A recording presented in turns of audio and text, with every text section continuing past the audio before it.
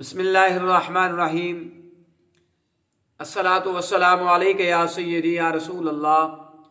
الصلاۃ والسلام علیک یا سیدی یا حبیب اللہ،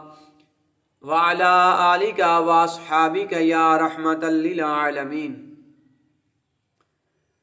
اللہ تبارک و تعالیٰ نے سیدنا موسیٰ کلیم اللہ علیہ الصلاۃ والسلام کی طرف وحی بھیجی، فرمایا اے میرے پیارے کلیم، اگر دنیا میں میری حمد کرنے والے نہ ہوتے تو میں آسمان سے ایک قطرہ بھی بارش کا نہ نازل فرماتا اور نہ ہی زمین سے ایک دانہ تک اگتا،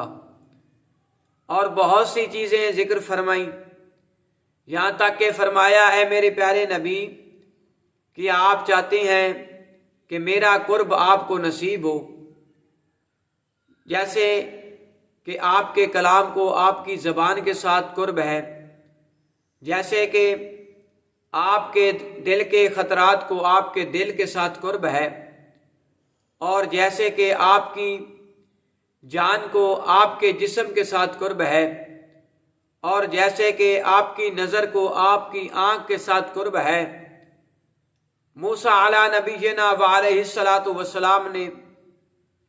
عرض کی، ہاں یا اللہ میں ایسا قرب چاہتا ہوں، تو اللہ تبارک و تعالیٰ نے فرمایا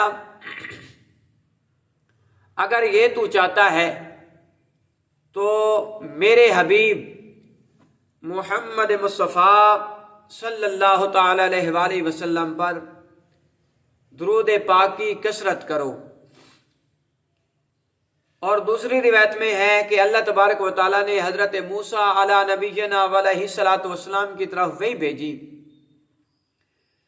فرمایا کہ اے موسیٰ، کیا آپ چاہتے ہیں کہ آپ کو قیامت کے دن پیاس نہ لگے؟ عرض کی ہاں یا اللہ،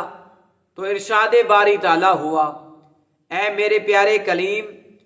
میرے حبیب صلی اللہ تعالی علیہ وآلہ وسلم پر درود پاک کی کثرت کر۔ سبحان اللہ، کتنا بڑا اہم وظیفہ ہے کہ اللہ تبارک و تعالیٰ خود ارشاد فرما رہا ہے کہ میرے محبوب صلی اللہ تعالی علیہ وآلہ وسلم پر درود پاک پڑھو۔ تو جیسے کہ اللہ تبارک و تعالیٰ نے قرآن مجید میں بھی ارشاد فرمایا، ان اللہ و ملائکتہ یصلون علی النبی یا ایھا الذین آمنوا صلوا علیہ وسلموا تسلیما۔ فرمایا کہ بے شک میں اللہ اور میرے فرشتے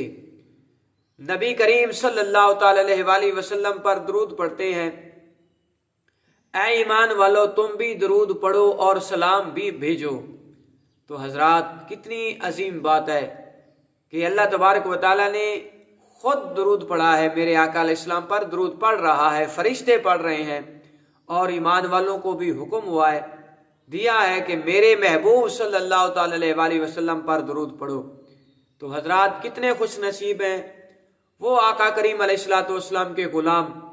جو صبح و شام ہر وقت، ہر لمحہ، ہر لحظہ، ہر گھڑی، ہر سیکنڈ منٹ اپنے پیارے محبوب صلی اللہ تعالی علیہ وآلہ وسلم پر درود پڑھتے ہیں۔